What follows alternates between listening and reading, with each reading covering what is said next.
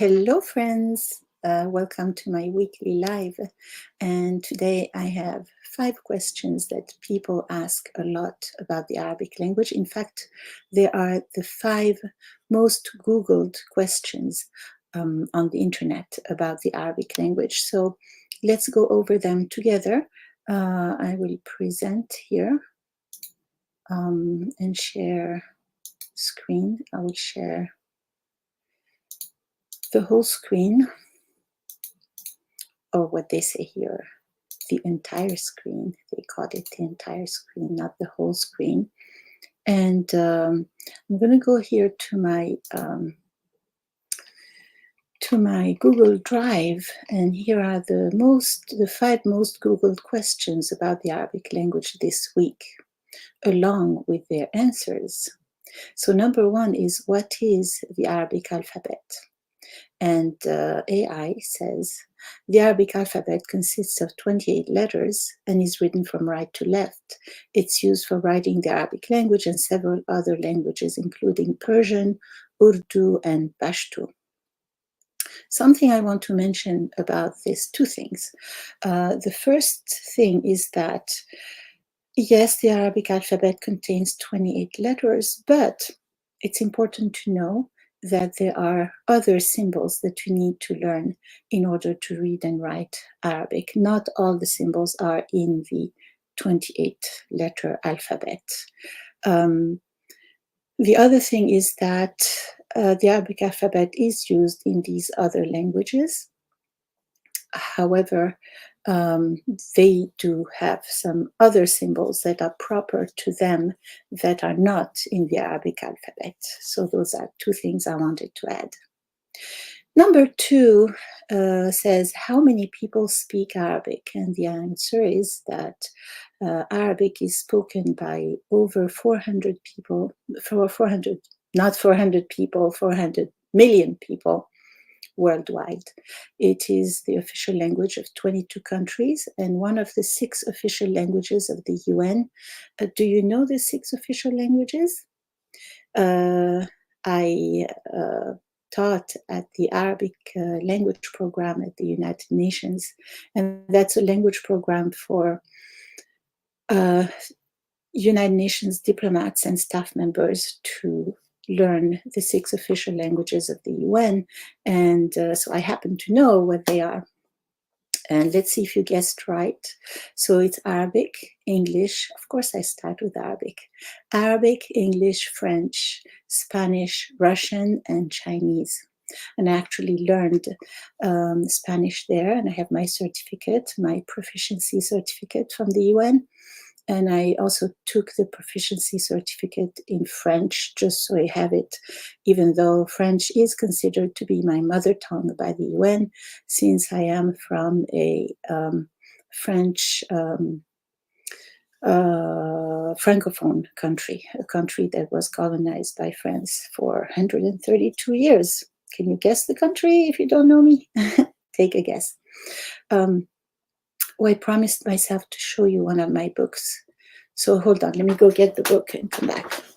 I always forget because they say you have to advertise your books, and I always forget. I'll be right back.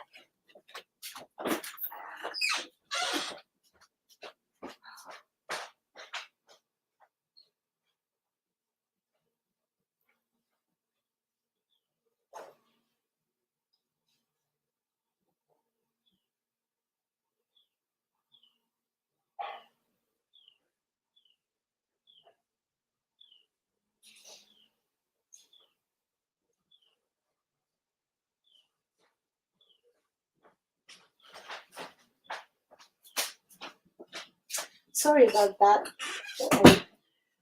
I promised myself to advertise one book every time I go live. I have to do that because if you don't advertise your stuff, nobody is going to. So here we are. So I'll show you the book in a bit, but I have it here. Anyway, moving on. 22 countries. It's one of the 6 official languages of the UN. Okay. Let me know if you have any questions or comments in the comments box, and I'll be happy to answer them. I will check the chat when I'm done reading this. The third question that was asked the most this week about the Arabic language is, what are the different dialects of Arabic? Arabic has many dialects, which can be broadly categorized into 5 groups. Maghribi Arabic, which is North African Arabic. Egyptian Arabic. Egypt is in North Africa, but their dialect is different than the first one. Levantine Arabic, and that includes Lebanon, Syria, Jordan, and Palestine. Gulf Arabic, which sometimes includes Iraqi, most of the time includes Iraqi. But in this case, they're saying that Iraqi is different, and there are documents out there that categorize Iraqi Arabic outside of Gulf Arabic because it has some particularities that the other Gulf country languages don't have. And Gulf Arabic is everything east of Iraq. And again, it can include Iraq. So countries like Saudi Arabia, Oman, Qatar, the Emirates, Yemen are in the Gulf, and their dialects are called Gulf dialects. In Arabic, it's called Khaliji. Khaliji for Gulf. Levantine is Shami. Egyptian is Masri, or Misri in Standard Arabic. Maghribi is the word in Arabic. That's the one that's taken here. It's also sometimes called Western Arabic for Maghribi. Okay, next question that was most asked this week about the Arabic language is Arabic difficult to learn? AI says Arabic can be challenging for English speakers due to its different script, grammar, and pronunciation. Isn't that the case every time you learn a new language? Why is Arabic so difficult or so different? However, with consistent practice and exposure, it is possible to learn and become proficient in Arabic. I have to add that learning a new language really, or your experience learning a new language, depends on your previous experience with languages. It also depends on your motivation for learning a language. It depends a lot on your attitude towards this language. And it also depends on how much time and effort you are willing to put into learning this language. And I think all 3 first points will decide how much time and effort you're going to expend on learning this language. So that's in general. I could talk about this for hours, but for now, that's enough. Moving on to point number 5, which was most Googled this week about the Arabic language. It says, what is the difference between classical Arabic and modern standard Arabic? Well, classical Arabic is the language of the Quran and early Islamic literature, while modern standard Arabic is a standardized and modernized form used in contemporary writing, media, and formal speech.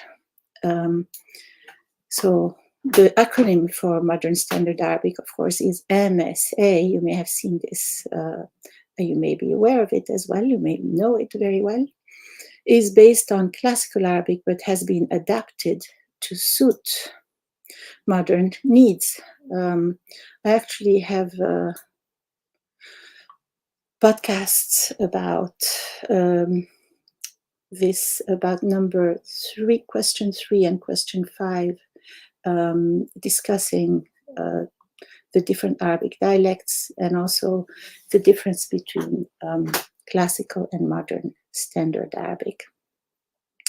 And in fact, I wrote a book that is a brief introduction to the Arabic language that talks about the history of the language, the different dialects, the different types of Arabic first, including Fusha, Standard Arabic, or MSA, or Classical Arabic, and the different dialects. And then teaching you how to say I love you in the 22 dialects and giving you one specific expression per country. This is a project that I undertook very soon after I retired, because how do you say I love you in Arabic is a question that came up a lot with my students throughout the years. And I would start explaining. The explanation is so long that students would often say, you should write a book about this. So as soon as I retired, I researched this with people I know and connections through people I know, talking directly to people from different Arab countries, and compiled this little research project, which I think is beautiful. The cover is gorgeous. I'll show you. This is something you can give to someone as a gift, not just because they're interested in learning new languages or because they want to learn Arabic, but it's a way to tell someone you love them without saying it out loud. So here's the book, and it's called In Arabic, I Love You. I have to actually stop sharing so I can show you the book. So I stopped sharing. How come? Hold on, let me go back here. Okay, here. So this is the book. It's called, it's hard to kind of show it with the, it's hard to show it. So, yeah, so it's called In Arabic, I Love You. And it's in 22 dialects. So learn how to say I love you in 22 dialects with teacher's notes. I'm the teacher. And it's also available as an audiobook if you prefer that. And I have written, so this is the version for English speakers. So everything is explained in English. I also published the French version for French speakers who are interested in the Arabic language. Basically, to me, it's like it's my way of saying that Arabic is a very beautiful language, and that it's not as hard as you think. People think it's very difficult. So I go into those difficult sounds and why Arabic is considered to be difficult. And I show you that it's not as hard. It's not as hard as people may think. It's my way of saying that we have feelings too, and we have a beautiful way of expressing them. So I hope you pick up a copy for you or for someone you know, someone you love, or someone who's interested in the Arabic language, the Arab culture, or interested in languages in general. It's a very cute book. You don't have to wrap it because it's gorgeous. It's already very pretty. I see two people here. Do you have any questions? Let me know in the chat. Or if you would like to come up, let me know in the chat and I can put a link in the chat. I could actually put a link here now. Send the link to guests. I copied it. I'm going to put it in the chat. And if you'd like to come up into the live and ask questions directly or ask to practice something you have learned on my YouTube channel, I'm happy to practice conversation with you or answer your grammar, vocabulary, pronunciation questions. Welcome. You're welcome anytime. So I'm here every Wednesday at this time, 11 a.m. New York time, unless life gets in the way. I do have a life and sometimes I'm unable to make it, but I try to schedule it ahead of time. If you can't come up today, you can join me on Clubhouse or Hello Talk or Twitter or Instagram. I'll have a live on Instagram in about, what time is it? 11:20. Yeah, my live on Instagram is after this one, so 11:45. It's 11:20 now. So in about 20 minutes, no, 20, 40, anyway, 45. And where else do I have lives? I should do lives on Facebook. What do you think? You think it's a good idea? Yeah, where else? Yeah, I think that's where I have lives. Yeah, so I think, I wanted to show you that after I got those questions from AI, the most Googled questions about the Arabic language, which we just went over together, I asked AI to translate them for me. And I actually recorded AI reading them. And I noticed that AI makes a lot, I would say a lot of grammar mistakes when reading Arabic.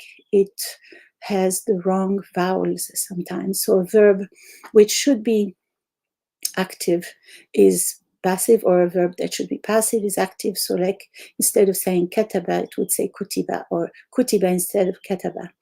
And also it has the wrong declensions often. So I would like to use that video that I recorded on my phone of AI reading the Arabic text to discuss with you those problems in AI reading Arabic. I think it might be useful to the people who are working on AI and also to Arabic learners. So I just want to show you the text. Let me present and show you the share screen, and I will share the entire screen. Here, I'll go to my Google Sheet here. I enlarged, so those are the English questions and their answers. And then the Arabic is here. I just wanted to show you. Oh, I didn't enlarge this one. Let me make this the same. These two lines should also be bigger. Bigger. Akbaru, akbaru, akbar. Is this the same? See, 31. Oh, this is 33, so we'll make it 31. Like that. Now it's the same size. So we'll just read through the questions, and I will make a video with both the questions and answers later. I'll publish it later. السؤال الأول يقول: ما هي الأبجدية العربية؟ السؤال الثاني يقول: كم عدد الأشخاص الذين يتحدثون العربية؟ السؤال الثالث: ما هي لهجات اللغة العربية المختلفة؟ السؤال الرابع: هل اللغة العربية صعبة التعلم؟ والسؤال الخامس يقول: ما الفرق بين اللغة العربية الكلاسيكية واللغة العربية الفصحى؟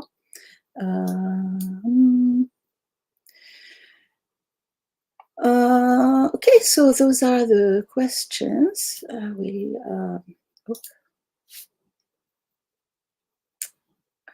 to stop sharing. So do I do this? Stop screen. Okay, I stopped sharing. Okay, so that's the end of my life. I hope to see you on Instagram in a couple of minutes. إلى اللقاء. Assalamu alaikum. Bye for now. Remember to check out my books on Amazon. The link is in this video description. Click like, share, and subscribe. Assalamu alaikum.